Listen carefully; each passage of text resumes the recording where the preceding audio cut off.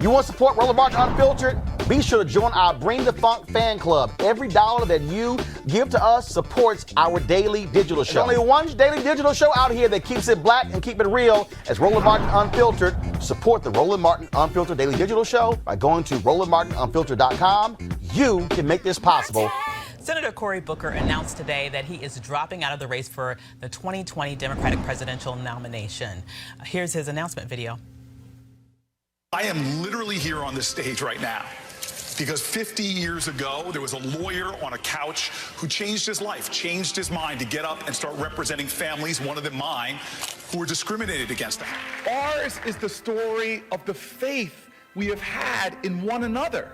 We know beating Donald Trump is the floor. It is not the ceiling. It gets us out of a valley.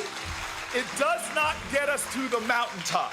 It's not going to be a referendum on who he is. It's going to be a referendum on who we are and who we are to each other and for each other. We need all Democrats together to call to this country, to stand together, to work together, to rise together. Today, I'm suspending my campaign for president with the same spirit with which it began. It is my faith in us. Faith in us together as a nation, that we share common pain and common problems that can only be solved with a common purpose and a sense of common cause. So now I recommit myself to the work. I can't wait to get back on the campaign trail and campaign as hard as I can for whoever is the eventual nominee and for candidates up and down the ballot. But for now, I want to say thank you. Campaigning over this last year has been one of the most meaningful experiences of my life. Meeting you, meeting people across this country who believe, who know that we may have challenges right now in our nation, but together we will rise.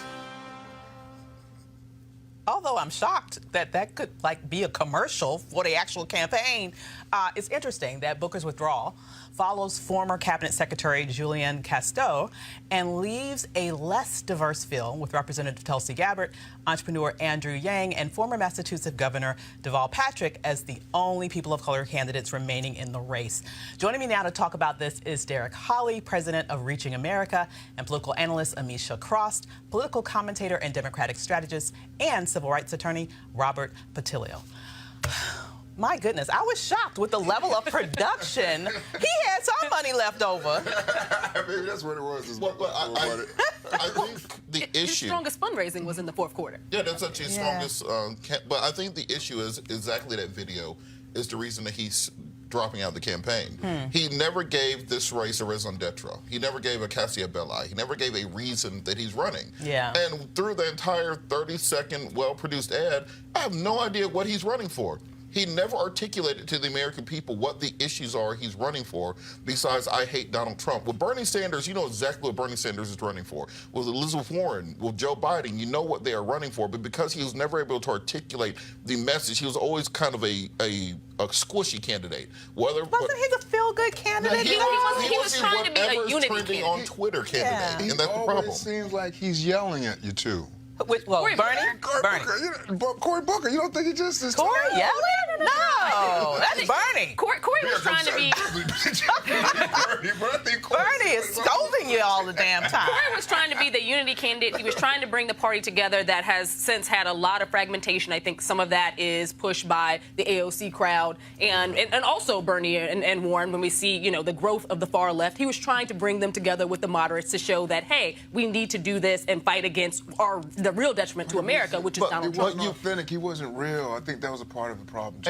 And he also happened to be everybody's third or fourth choice candidate. I think that was also an issue. There are a lot of people who are sad that he's gone, but when you ask those same people, he was further down that list in terms of their priority. But the problem is that you can be a unity candidate, but you have to stand for something. Like, you have to say, these are the things that Cory Booker 100% stands for. This is what a Cory Booker presidency will mean, and he never did that. He wanted to take a little from column A, a little from column B. Cory Booker had stood for the same things that he stood for the entire time he's been in the Senate, as well as prior. He stood on criminal justice reform. That's something he can stand on. He has a record on it. It got lost in the wash. I think that part of the reason was, again, we were in a race that had way too many people in the beginning, and it was very hard for him to get that level of opportunity and to get his voice out there in that way. It wasn't that he didn't have these values, principles, and specific policies that he has enacted to stand on, because he did.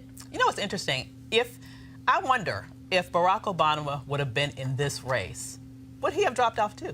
No. Because and the reason why I asked that is because you're right. It's so many people in this race. It's so broad. And the thing that really got his candidacy going was when he won Iowa. I'm not sure he would have made it to Iowa with this level of competition. This level of competition and this level of fragmentation in the Democratic Party. I think also, too, something that goes unspoken is you got to have that it factor. I don't think Cory Booker had that it factor. Obama has the it factor. He still has that it factor. So I think when you start looking at that, I mean, that plays a huge part. But there was a time where Democrats heralded Cory Booker as the person who was going to have that it factor. Remember him coming off of his own DNC wowing speech that everyone was really excited about? No, I don't think. No, there was that time when he had that halo over his head where people wanted to see him go. When he was mayor. No. Years ago. People loved Mayor Booker. Yes. Senator Booker, I think, is maybe a watered-down version of Mayor Booker. The reason I think that President Obama would have absolutely had the same success is, if you look at that 2008 field, it was far more formidable than this 2020 field. America didn't look like it did. I'm not talking about the quality of the candidates. I'm just talking about the number of candidates. But even then, you had Dennis Kucinich running, you had Chris Dodd, you had Joe Biden, Hillary Clinton, you had Bill Richardson, you had a large, diverse field, and President Obama, simply put, ran a better ground game. He ran a better campaign. Cory Booker ran a poor campaign. But he also, and you're right, to his point, he probably still could have, risen above the crop. But I think that there is something to be said about a race that has 20-plus people in it. This is the largest that we've ever seen in America. Of the 20 people, we know 4. Let's be fair. Exactly. Like, nobody's talking about, Steve Bullock. Like, they say they're running, but nobody really cares about those campaigns. Obama also didn't have to run against any billionaires. I mean, it's a completely different dynamic right now. And I really think there needs to be some more discussion. I mean, what do you think about the Democratic Party? I mean, maybe even changing. We've talked about this for years. It never happens. But having 2 of the whitest states in the nation be the states that, in essence, weeds the field out for us, it's ridiculous when you look at the complexion of the country, not to mention the Democratic Party. But people make that argument often, but we had that same one when Obama won. And Obama also won Iowa. So I'm like, they were just as white 8 years ago as they are today. Right. So I think that, that goes to the it factor. It also goes to his strategy on the ground. It also goes to him being a dynamic candidate. But I also feel like there has to be an understanding that not only the candidate's message matters, but also who that candidate is matters. Obama had a lot of different factors that you don't necessarily see every day commonly on either side of the political aisle. And just to chime in, I also think that Iowa and New Hampshire mean a lot less now than they meant 20 or 30 years ago. They mean less? Far less now, because let's understand, nobody really cares who wins Iowa. You just need to place. If you're top 3, top 4 in Iowa, you're fine. New Hampshire... Funders do care. Oh, no. If you're waiting until Iowa to get your money, it's too late. But if you got enough money, i.e. Bloomberg, you don't need to worry. Or even Joe Biden, who has the name recognition, has the money. He doesn't have to win anything till South Carolina, and he will be absolutely fine. So I think Iowa and New Hampshire have kind of taken themselves out of that Primrose positioning of actually mattering in national elections. It's nice. If you're going to be an insurgent candidate, it's a good thing to win, but it's by no means a fait accompli if you lose. Look at Giuliani's strategy in 2016, which was just go camp out in Florida and hope you can win there. So I think more candidates are ignoring those early states. But I think it drives the narrative, though. I mean, every day, if I see another damn poll about what's going on, I'm going to scream, because I'm like, I don't really care what they think.